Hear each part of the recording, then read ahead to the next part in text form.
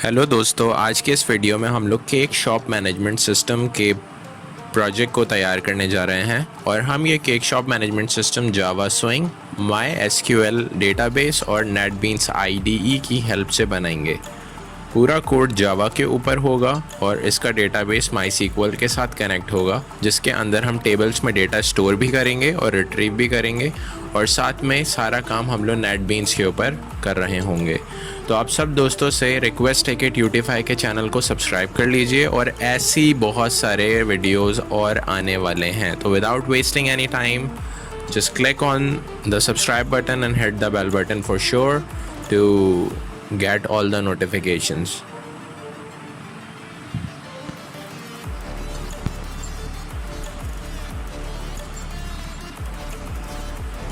आइए अब चलते हैं अपने प्रोजेक्ट की तरफ। सबसे पहले आपने नेटबीन्स पे जाना है और न्यू प्रोजेक्ट पे क्लिक करना है। जावा को सिलेक्ट करने के बाद नेक्स्ट पे क्लिक करके अपने प्रोजेक्ट का नाम केक शॉप मैनेजमेंट सिस्टम रखना है और उसके बाद आपने फिनिश के बटन को दबाना है। फिनिश के बटन को दबाते ही आपका प्रोजेक्ट लेफ़्ट साइड बार पे क्रिएट हो जाएगा, जिसका वो पैकेज होगा। सबसे पहले आपने करना ये है कि आप जाएंगे अपने केक शॉप मैनेजमेंट सिस्टम के पैकेज पे, न्यू पे क्लिक करेंगे और जे फ्रेम फॉर्म पे क्लिक करेंगे। जे फ्रेम फॉर्म पे क्लिक करते साथ ही आपने लिखना है लॉगिन पेज, क्योंकि सबसे पहले हम जो पेज डिज़ाइन करेंगे वो होगा लॉगिन पेज। तो ये जे फ्रेम है जिसके ऊपर हर चीज़ क्रिएट करनी है। लाइब्रेरीज़ के फोल्डर पे जाइए और ऐड लाइब्रेरी, राइट क्लिक करने के बाद ऐड लाइब्रेरी के बटन को क्लिक कीजिए। लिस्ट के नीचे आपने स्क्रॉल करना है और माई सीक्वल JDBC ड्राइवर को क्लिक करना है।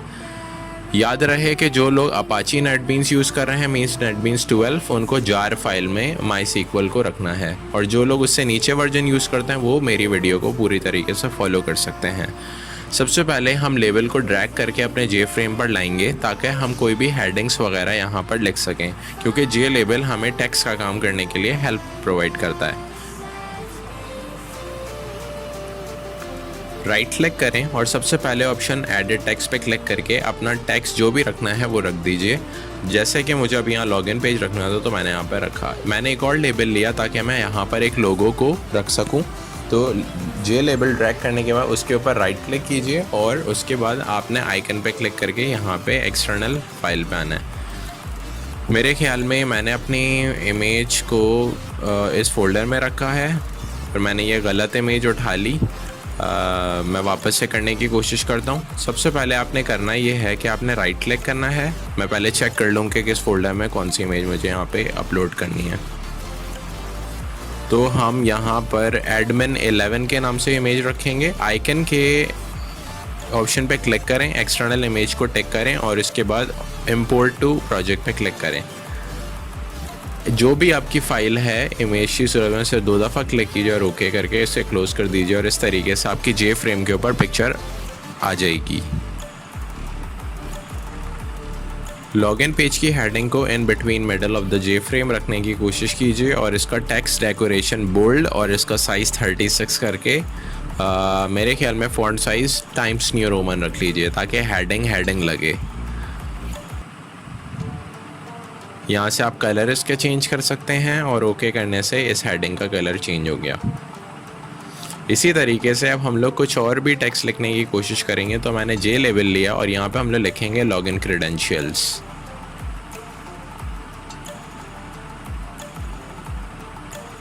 सिमिलरली आपने एक और लेबल को ड्रैग करना है अपने जे फ्रेम के ऊपर और उसको एडिट टेक्स्ट करके आपने लिखना है यूज़र नेम। कॉपी पेस्ट कीजिए Ctrl+C और Ctrl+V दबाकर और यहाँ पे अगेन एडिट टेक्स्ट करके लिखे पासवर्ड। अब क्योंकि हमें 2 टेक्स्ट फील्ड चाहिए तो सबसे पहले हम यूज़र नेम के लिए टेक्स्ट फील्ड लेके आएंगे और इसको हम लोग एडिट कॉपी पेस्ट करके 2 दफ़ा इसको कॉपी कर लेंगे, क्योंकि हमें 2 टेक्स्ट फील्ड चाहिए। सबसे पहले हमें एडिट टेक्स्ट करना है और इसका प्लेस होल्डर रिमूव करना है।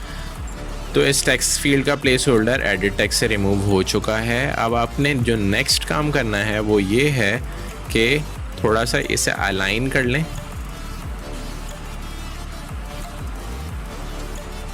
और एक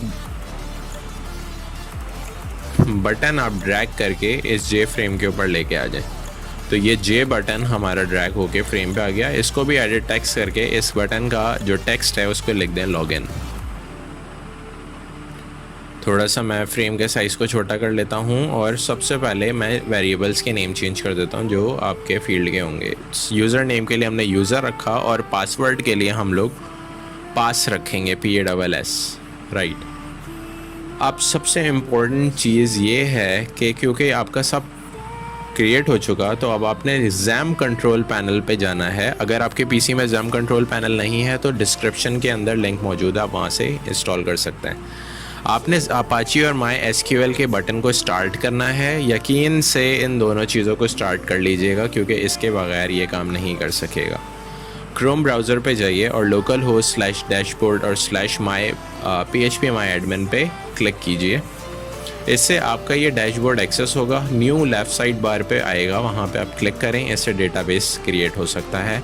हमारे डेटाबेस का नाम है CSMS, cake shop management system, और आपने इसके बटन क्रिएट पे क्लिक करना है। ये हमसे सबसे पहले टेबल का नाम पूछ रहा है, तो टेबल का नाम आपने रखना है लॉगिन, और उसके बाद आपने एंटर दबा देना है। अब ये हम लोगों से कॉलम्स के नेम पूछ रहा है, तो कॉलम में सबसे पहले हम लोग रखेंगे यूज़र नेम। इसकी टाइप वेरिएबल कैरेक्टर होनी चाहिए और लेंथ आप रख सकते हैं 200। इसी तरीके से हमें पासवर्ड रखना है, तो हम लोग एक पासवर्ड का भी कॉलम क्रिएट कर लेते हैं। यूज़र नेम का पूरा यूज़र नेम लिख देंगे और पासवर्ड का पूरा स्पेलिंग के साथ पासवर्ड लिख देंगे। वेरिएबल कैरेक्टर रखने के बाद हम लोग यहाँ पर 200 की फील्ड लेंथ सेलेक्ट करेंगे और इसे सेव के बटन पे क्लिक करके टेबल क्रिएट कर लेंगे। अब मुझे रिकॉर्ड इंसर्ट कराना है, तो सबसे पहले मैं अपना रिकॉर्ड एडमिन और एडमिन यूज़र नेम और पासवर्ड दोनों ही एडमिन को स्टोर करा दूंगा, और इन दोनों को स्टोर कराते साथ ही मैं गो के बटन पे क्लिक करूंगा और मेरी वैल्यू डेटाबेस के इस टेबल में स्टोर हो जाएगी। जैसे यूज़र नेम एडमिन है और पासवर्ड भी एडमिन है। ओके, नाउ अब आपने आना है वापस जेफ्रेम के ऊपर। अपने बटन पे राइट क्लिक करें, इवेंट एक्शन और एक्शन परफॉर्म पे चले जाएं। इस मेथड के अंदर अब सारी कोडिंग हमें करनी है और इसी मेथड से आपका ये फ्रेम कंट्रोल होगा। तो सबसे पहले हमें करना कुछ यूँ है कि हमें कुछ वेरिएबल्स क्रिएट करने हैं जो कि डेटा टाइप स्ट्रिंग के साथ होगा। याद रखिए कि जो भी वैल्यूज़ आपकी जे फ्रेम से आएंगी वो सब स्ट्रिंग में होगी, सो दैट्स वाई हमें एक स्ट्रिंग का वेरिएबल चाहिए जो स्टोर कर सकता हो। UN = user.getText करेंगे। यूज़र जो हमारा है वो वेरिएबल है जे फ्रेम का, हमने वहाँ पे यूज़र नेम के फील्ड का वेरिएबल रखा था, और पासवर्ड है सेकंड वेरिएबल है हमारा PS, जिसमें हम pass.getText करेंगे। नेक्स्ट लाइन पे पहुंचने के बाद आपने एक कनेक्शन क्लास को कॉल करना है जहाँ पे ड्राइवर मैनेजर के थ्रू हम लोग अपने डेटाबेस का नाम, उसका रूट और उसका पासवर्ड वगैरह लिखेंगे। तो आपने लिखना है कनेक्शन की क्लास जो है कनेक्शन, और इसका एक ऑब्जेक्ट बनाना है CONN। तो कनेक्शन का ऑब्जेक्ट क्रिएट होने के बाद आपने ड्राइवर मैनेजर कॉल करना है और .getConnection लिख के 3 पैरामीटर का एक कंस्ट्रक्टर ले लेना है। अब ये क्योंकि हमें एरर दे रहा है, सबसे पहले हम इंपोर्ट करेंगे कनेक्शन क्लास को और अगेन इसी पे क्लिक करके फर्स्ट वाले ऑप्शन पे क्लिक कर लेंगे। अभी भी ये हमें एरर दे रहा है, इसके पीछे एक वजह है, वो मैं आपको बाद में बताता हूँ। पहले वाले इन्वर्टेड कॉमास के अंदर हमें क्या करना है, हमें सबसे पहले JDBC :MySQL :localhost 3306 को रखना है। बैकस्लैश डालने के बाद हमें यहाँ पे अपने डेटाबेस का नाम रखना है जो कि हमने PHPMyAdmin में CSMS के नाम से रखा। सेकंड पैरामीटर में आप रूट रखेंगे और थर्ड पैरामीटर को आप एम्प्टी छोड़ देंगे। अब ये जो एरर आ रहा है वो सिर्फ इस वजह से है कि मैंने ट्राई और कैच का ब्लॉक नहीं बनाया। सो बाय द वे, जिनको नहीं पता ट्राई और कैच क्या होता है, ये एक्सेप्शंस होती हैं जो कि एरर आने पर प्रोग्राम को टर्मिनेट करने से बचाती है। तो हमने एक ट्राई के ब्लॉक में तीनों लाइंस को रखा और कैच के ब्लॉक में एक्सेप्शन को रख के उसका वेरिएबल सेलेक्ट कर लिया। GOptionPan.show मैसेज डायलॉग के थ्रू हम लोग पॉपअप एक स्क्रीन बना सकते हैं, विंडो, जिसके ऊपर हम अपने मैसेज को प्रिंट कर सकते हैं, और वो ये हो सकता है कि एरर वाइल एस्टेब्लिशिंग कनेक्शन, कि एरर आया है कनेक्शन को एस्टेब्लिश करने के दौरान। तो इससे वो हमें बता देगा कि जो भी एरर होगा कोड में उस हिसाब से हमारा जो कनेक्शन प्रॉब्लम है वो आ रहा है। अब आपने ट्राई ब्लॉक में जाना है, कनेक्शन के नीचे वाली लाइन पे जाकर आपने स्टेटमेंट की क्लास को कॉल करना है। st इसका ऑब्जेक्ट होगा।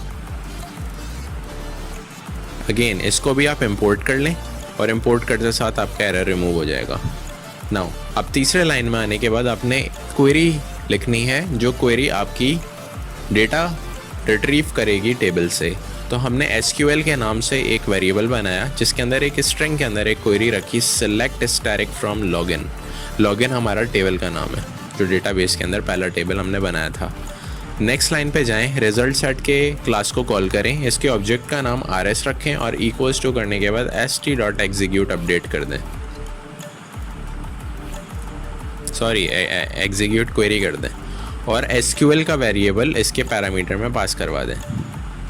नाउ अब आपने वाइल के लूप को एग्जीक्यूट करना है, जहाँ पे आप rs.next लिखेंगे, नीचे जाएंगे, वाइल के ब्लॉक के अंदर सबसे पहले आपने लिखना है, दो वेरिएबल क्रिएट करने हैं। एक होगा यूज़र नेम के नाम से और इसके अंदर आप करेंगे डेटाबेस से अपना यूज़र नेम का डेटा रिट्रीव। तो rs.getString करने के बाद आपने इसके पैरामीटर के अंदर कॉलम का नेम लिखना है जो टेबल में कॉलम है। तो कॉलम नेम क्योंकि यूज़र नेम था फर्स्ट कॉलम और वो मैंने यहाँ पे लिख दिया। सेकंड आपने वेरिएबल पासवर्ड के नाम से क्रिएट करना है, rs.getString करके इसके भी पैरामीटर में आपने सेकंड कॉलम का नेम लिख देना है जो है पासवर्ड। ओके, अब हमारे दोनों वेरिएबल क्योंकि क्रिएट हो चुके हैं तो हम लोग इफ़ एल्स की स्टेटमेंट्स क्रिएट करेंगे। कंडीशन से हम लोग ये देखेंगे कि अगर हमारा पासवर्ड और यूज़र नेम दोनों इक्वल्स टू एडमिन है तो इस सूरत में आपका लॉगिन पेज से यूज़र डायरेक्ट हो जाना चाहिए डैशबोर्ड की तरफ। तो हम लोग लिखेंगे un.equals और इक्वल्स के अंदर यूज़र नेम रख लेंगे कि ऊपर वेरिएबल जो un है लाइन नंबर 127 पे अगर वो इक्वल हो जाता है लाइन नंबर 136 के डाटा से, दैट मीन्स के पासवर्ड ठीक है। सिमिलरली आपका पासवर्ड जो है वो भी 128 लाइन्थ और 137 लाइन्थ का जो पासवर्ड इक्वल हो जाता है तो आप क्या करेंगे, डैशबोर्ड के जे फ्रेम पे रीडायरेक्ट हो जाएंगे आसानी के साथ। तो हम लोग नेक्स्ट लाइन पे लिखेंगे new dashboard dot set visible true. अभी तो फ़िलहाल ये एरर देगा क्योंकि हमने डैशबोर्ड का जे फ्रेम क्रिएट नहीं किया। तो आप पैकेज पे जाएं, न्यू पे जाएं और जे फ्रेम फॉर्म पे क्लिक करें और क्लास का नेम डैशबोर्ड रख दें, बिल्कुल इस तरीके से, और एंटर दबाते साथ ही अब आपका पेज क्रिएट हो गया। अब देखें ऑटोमेटिकली ये एरर खुद से रिमूव हो चुका है। तो एफ ब्लॉक तो हमारा क्रिएट हो चुका। एल्स के बारे में अब मैं आपको बता दूं कि एल्स में हमें एक पॉपअप विंडो लेके आनी है जिसमें हम मैसेज प्रिंट करेंगे कि यूज़र नेम और पासवर्ड इज़ इनकरेक्ट। तो यहाँ पर दिस पहले उसमें और सेकंड के अंदर आप इन्वर्टेड कॉमास में लिख सकते हैं कि user name and password is incorrect, बिल्कुल इसी तरीके से।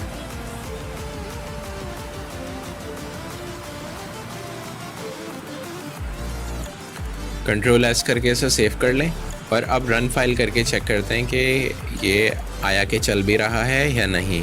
तो याद होगा कि यूज़र नेम और पासवर्ड हमने एडमिन रखा था डेटाबेस में। तो मैं लॉगिन पे क्लिक करूँ तो एक और न्यू डैशबोर्ड का जे फ्रेम आता है, मतलब मेरा कोड बिल्कुल ठीक चल रहा है। तो अभी तक आपने लॉगिन पेज बहुत आसानी के साथ क्रिएट कर लिया। अब बारी इस चीज़ की है कि हम लोग डैशबोर्ड को डिज़ाइन करें। तो सबसे पहले आप डैशबोर्ड के जे फ्रेम पे जाएंगे, एक लेबल को ड्रैग करके जे फ्रेम के ऊपर लेके आएंगे और उस लेबल को एडिट टेक्स्ट करके आप यहाँ पर लिख देंगे एडमिन मेन्यू।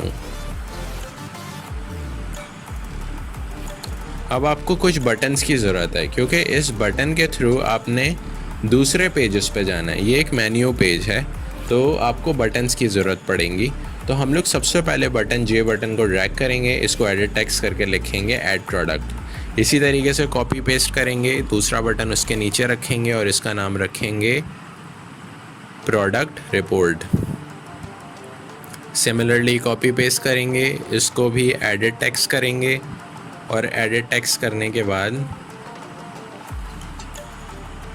एडिट टेक्स्ट इसको करने के बाद इसका जो टेक्स्ट है उसको अब लिख देंगे हम लोग एट सेल्स।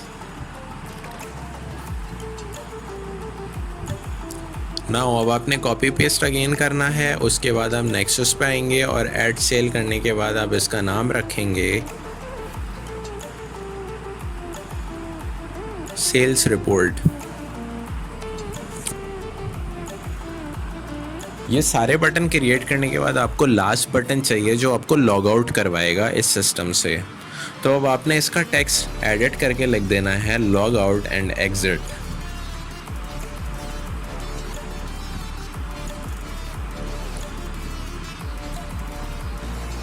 बिल्कुल, लेबल पे अब हम लोगों ने एक लेबल को ड्रैग करना है और इस पे हमें एडिट टेक्स्ट करके लिखना है केक शॉप मैनेजमेंट सिस्टम।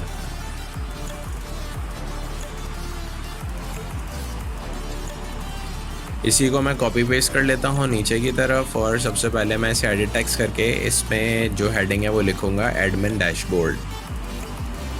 क्योंकि अब हमें पिक्चर चाहिए तो मैं जे लेबल्स को ड्रैग करके अपने फ्रेम के ऊपर लाता हूँ। ये थोड़ा ऊपर नीचे हो गया तो ये आ गया हमारा लेबल। और प्रॉपर्टीज़ पे जाके आपने आइकन पे क्लिक करना है और एक्सटर्नल फाइल में जो इंपोर्ट वो है प्रोजेक्ट है उस पर क्लिक करने के बाद आपने अपनी फ़ाइल सेलेक्ट करनी है। तो मैं सबसे पहले चेक कर लूँ, मेरे फाइल का नेम है cake.jpg। 2 दफ़ा क्लिक करें, फिनिश के बटन पे क्लिक करें और ओके के बटन पे क्लिक करने के बाद आपका पिक्चर आपके जे फ्रेम पे रेडी है। ऑल राइट, थोड़ा सा बिगड़ गई इसकी सीक्वेंसिंग इमेज आने के बाद, तो इसे वापस हम थोड़ा अलाइन कर देते हैं। थोड़ा इसके बटन ऊपर नीचे हो गए, तीनों बटन्स को उठाकर थोड़ा सा रीअलाइन कर दें और इसको ऊपर की तरफ लेके चले आएँ। बिल्कुल इस तरीके से। ओके,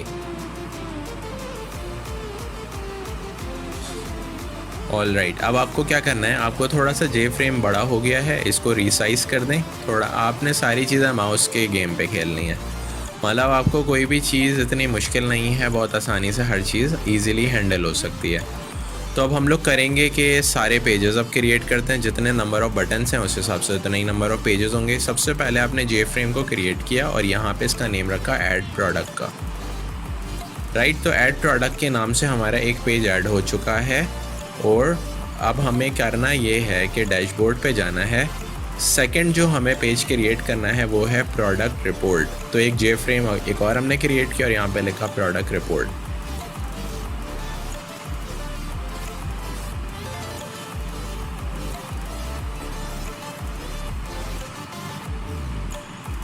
अब आपने क्लिक किया इस पे और अब आप गए ऐड सेल्स लिखने के लिए।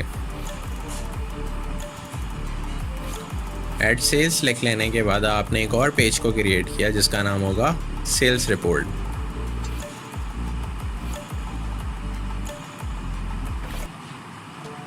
बिल्कुल, तो अब सारे पेजेस क्योंकि क्रिएट हो चुके हैं, अब हमें इन सारे पेजेस के को लिंक करना है अपने डैशबोर्ड के साथ। तो सबसे पहले ऐड प्रोडक्ट के ऊपर 2 दफ़ा क्लिक कीजिए और आप इसके मखसूस मेथड पे पहुंच गए। सबसे पहले आपने यहाँ पर उस पेज का नाम लिखना है जो कि है ऐड प्रोडक्ट। मेरे ख्याल से मैंने डी 3 दफ़ा लिख दिया इसके अंदर, तो ये होगा ADD प्रोडक्ट। कुछ ज़्यादा ही हम एक्साइटमेंट में आके डी की लाइन लगा दी। Add product OBJ is equals to new add product और नेक्स्ट लाइन पे आपने लिखा obj.setVisible और अंदर हमने लिखा ट्रू। अब आपने लिखना है डिस्पोज और डिस्पोज करने के बाद आपने इसे सेव कर दिया। सेकंड बटन पे 2 दफ़ा क्लिक कीजिए, इसके मखसूस आप वहाँ पहुँच चुके हैं मेथड के ऊपर और अब यहाँ पे आपने उसके नेम को कॉल किया तो यहाँ पे आया प्रोडक्ट रिपोर्ट। ऑब्जेक्ट को आपने क्रिएट किया equals to new product report आपने लिखा, उसके बाद आपने लिखा obj.setVisible और इसके अंदर आपने लिखा ट्रू। डिस्पोज के बटन डिस्पोज का आपने फंक्शन कॉल किया। डिस्पोज बाय द वे हम लोग कॉल सिर्फ इस वजह से करते हैं कि जब हम रीडायरेक्ट करें तो पीछे वाला जो फ्रेम है वो ऑटोमेटिकली क्लोज हो जाए। अब आपने तीसरे वाले बटन पे गए और वहाँ पे नेम रखा ऐड सेल्स, इसका ऑब्जेक्ट क्रिएट किया obj equals to new add sales again लिखा यहाँ पर और इसके नीचे जाके obj.setVisible और ब्रैकेट में आपने रखा ट्रू। और इसको भी हमने क्या किया, डिस्पोज कर लिया। ओके, थर्ड पे अब आप जाएं, सिमिलरली सेल्स रिपोर्ट के नाम से अपना जे फ्रेम का जो नाम है वो रखें और यहाँ पे इसका भी एक ऑब्जेक्ट क्रिएट कर दें, obj इक्वल्स टू न्यू।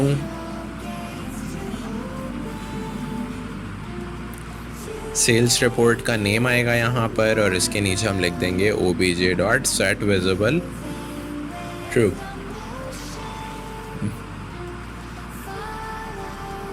और लास्ट लाइन में हम लोग डिस्पोज लिख देंगे।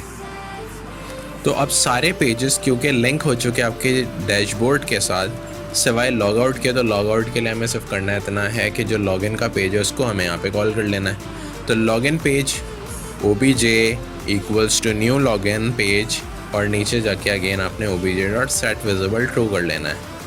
obj डॉट सेट विजिबल और ब्रैकेट के अंदर आपका आ जाएगा ट्रू और यहाँ पे हम लिख देंगे डिस्पोज।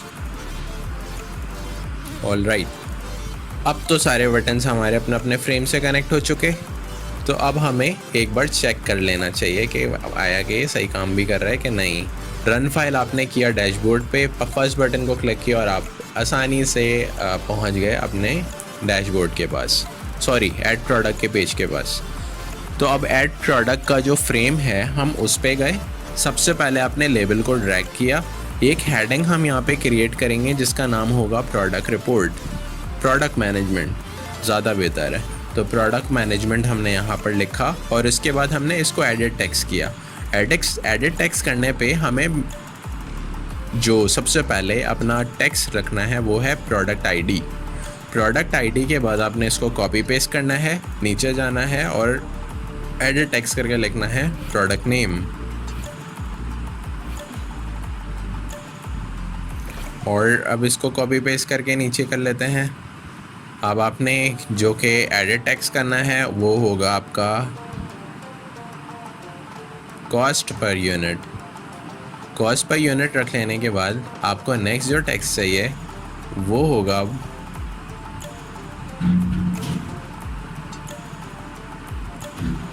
Company name. और अगेन इसको कॉपी पेस्ट करके अब आप जब नीचे रखेंगे तो आपने इसका टेक्स्ट रख लेना है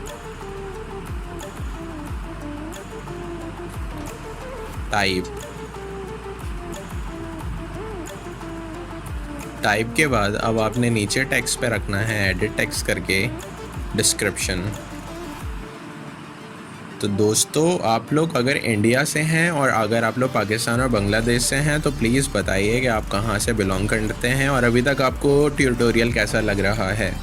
कोई भी इशू आए तो आपने फ़ौरन कमेंट बॉक्स में अपने इशू को सेंड कर देना है। मैं पूरी कोशिश करूँगा कि हर एक के प्रॉब्लम्स का आंसर कर सकूँ। तो अब हमने टेक्स्ट फील्ड को रखा और जस्ट तेज़ी के साथ कॉपी पेस्ट करते हुए लाइन से सब में लगा दी और लास्ट में हमने टेक्स्ट एरिया को रखा क्योंकि डिस्क्रिप्शन में टेक्स्ट थोड़ा ज़्यादा होता है, इस वजह से हमने टेक्स्ट एरिया ड्रैग किया। थोड़ा सा अलाइन कर लेते हैं ताकि अच्छा सा लगे। जे फ्रेम को थोड़ा सा बढ़ा लीजिए क्योंकि अब हमें इसमें टेबल भी रखना है। तो एक्साइटिंग चीज़ ये है कि अभी हम लोग डेटा रिट्रीव भी करना देखेंगे किस तरीके से होता है। तो सबसे पहले एक बटन हमें चाहिए, उस बटन पे हम लोग एडिट टेक्स्ट करेंगे और एडिट टेक्स्ट करने के बाद हम यहाँ पर लिखेंगे सेव प्रोडक्ट ताकि हमारे ये सेव बटन से क्या हो, डेटाबेस में जाके टेबल के अंदर वैल्यूज़ स्टोर हो जाएं। अब आपने करना ये है कि इस टेबल को ड्रैग करना है, टेबल को इस पेज के ऊपर लेके आ जाना है और वो टेबल इस तरीके से आ जाएगा। थोड़ा सा टेबल भी हमें एडिट करना पड़ेगा क्योंकि टेबल के अंदर बाय डिफ़ॉल्ट सिर्फ 4 ही कॉलम होते हैं और सबके कॉलम के नेम टाइटल 1, टाइटल 2, टाइटल 3 के नाम से होता है, लेकिन हमारे कॉलम तो नेम ही चेंज होता है। तो अब क्या करें, अब सबसे पहले आपने एक लेबल रखना है, सही है, लेबल को एडिट टेक्स्ट कर देना है। इस लेबल से अब हम लोग जे फ्रेम के अंदर इस टेबल को कंट्रोल करेंगे। तो हमने इसका नाम रखा see all product. See all product करते साथ ही आप इवेंट पे गए, लेकिन आपको पहले प्रॉपर्टीज़ पे जाना है, थोड़ा सा टेक्स्ट डेकोरेशन कर लें, कलर वगैरह को चेंज कर लेते हैं ताकि थोड़ा सा अच्छा भी लगे ये, वरना तो एकदम ही गया गुजरा सा दिखेगा ये। इवेंट पे गए अब हम लोग, नो, आप सबसे पहले प्रॉपर्टीज़ पे जाएं। काम तो उस वक्त तक हो नहीं सकता जब तक आपने टेक्स्ट के डेकोरेशन वगैरह को चेंज नहीं कर लेना है, ताकि ये भी तो थोड़ा सा देखें ना कि भाई अच्छा है ये। थोड़ा आपने फ़ॉन्ट स्टाइल को बोल्ड रखा और थोड़ा सा 24 का फ़ॉन्ट साइज़ डाल दिया। अब ये थोड़ा सा दिख रहा है कि हाँ भाई हेल्दी सा एक वो है, लेबल है। ये टेक्स्ट फील्ड को आपने एडिट टेक्स्ट करके क्या करना है, वैसे तो इसके वेरिएबल्स के नेम भी चेंज करना है और इसका प्लेस होल्डर भी रिमूव करना है। तो सबसे पहले हम लोग इसका प्लेस होल्डर रिमूव करते हैं एडिट टेक्स्ट से। तो ये एम्प्टी हो गया अंदर का प्लेस होल्डर। सिमिलरली हर एक टेक्स्ट फील्ड के साथ यही काम करें कि हर एक टेक्स्ट फील्ड को आप क्या कर लें, एडिट टेक्स्ट कर लें।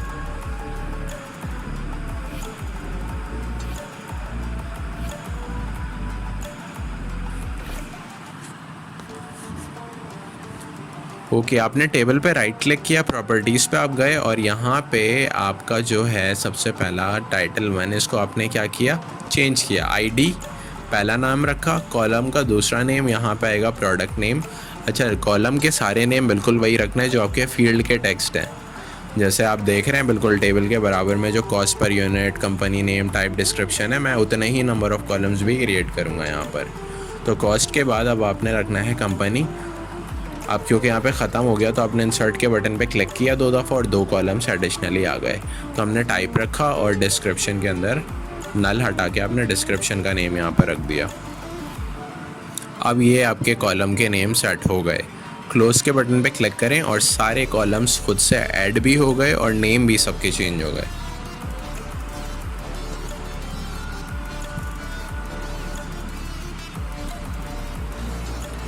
नाउ अब आप डेटाबेस पे सबसे पहले जाएं, न्यू पे क्लिक करें। एक टेबल हमें क्रिएट करना है जिसका नाम होगा ऐड प्रोडक्ट। ओके, अब हमें क्या करना है, इसके कॉलम्स नेम रखने हैं। सबसे पहला हम रखेंगे आईडी, इसका टाइप होना चाहिए इंटीजर और इसकी लेंथ होनी चाहिए 255। उसके बाद हम यहाँ पर नेम रखेंगे प्रोडक्ट का नेम, प्रोडक्ट नेम आ जाएगा। यहाँ पर टाइप आ जाएगी वेरिएबल कैरेक्टर और इसका जो हमारा लेंथ होगा वो होगा 255। कॉस्ट का हम लोग एक कॉलम क्रिएट करेंगे और यहाँ पे रखेंगे 20। इंटीजर इसका टाइप होना चाहिए क्योंकि यहाँ पे सारे कॉस्ट न्यूमेरिक वैल्यूज़ के होंगे कि उसके क्या प्राइस है। कंपनी को हम लोग क्या करेंगे, मुझे एक्चुअल में थोड़ा सा कॉलम बढ़ाना है और लग रहा है कि यहाँ पे कोई मसला हो गया।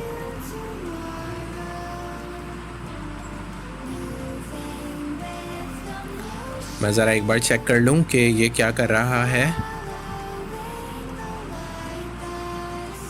अगर हम वाह, मतलब टेबल ही गायब हो गया हमारा। सही मजाक हो गया हमारे साथ। मैं ज़रा वापस क्रिएट करने की कोशिश करूँ। ओह, एरर, यहाँ पे ये कह रहा है कि ये टेबल ऑलरेडी एग्जिस्ट। लो, मामू बना गए ये लोग। अब हमें करना ये है कि बस रिफ़्रेश करें और वो टेबल ऑलरेडी था यहाँ पे, इसने उसको ख़ुद से रिफ़्रेश नहीं किया जस्ट। तो अब हम लोग क्या करते हैं, हम लोग बस कुछ करते हैं कि यहाँ पे नीचे कॉलम्स के नेम डाल देते हैं, राइट। तो अब इसका तरीका क्या होता है, अब इसका तरीका बहुत ही आसान होता है। मैं थोड़ा सा आपको बता देता हूँ कि वो किस तरीके से है। सबसे पहले तो मैं कम से कम अपना कंपनी का टाइप चेंज कर लूँ क्योंकि कंपनी आपका स्ट्रिंग में होगा, तो ये वेरिएबल कैरेक्टर करके मैंने इसे सेव कर दिया, ठीक है। अब क्योंकि अब हमें कुछ और भी कॉलम्स चाहिए हैं और बाय मिस्टेक ये क्या हुआ, वहाँ पे रुक गया ना, तो नीचे यहाँ पे ऐड करके आ रहा है कि कितने कॉलम चाहिए, उसका नंबर आप डाल दें। 2 कॉलम चाहिए आफ्टर कंपनी के कॉलम के बाद हमें 2 कॉलम्स चाहिए। तो अब आपका फर्स्ट कॉलम जो होगा कंपनी के बाद वो है टाइप, तो उसको टाइप पे वेरिएबल कैरेक्टर रखें और लेंथ के अंदर 20 रख दें। और नेक्स्ट लाइन पे जाने के बाद अब आप यहाँ पे डिस्क्रिप्शन लिख दें और डिस्क्रिप्शन के साथ उसका भी टाइप क्या कर दीजिए, वेरिएबल कैरेक्टर कर दीजिए। और यहाँ पे लेंथ 200 कर दीजिए।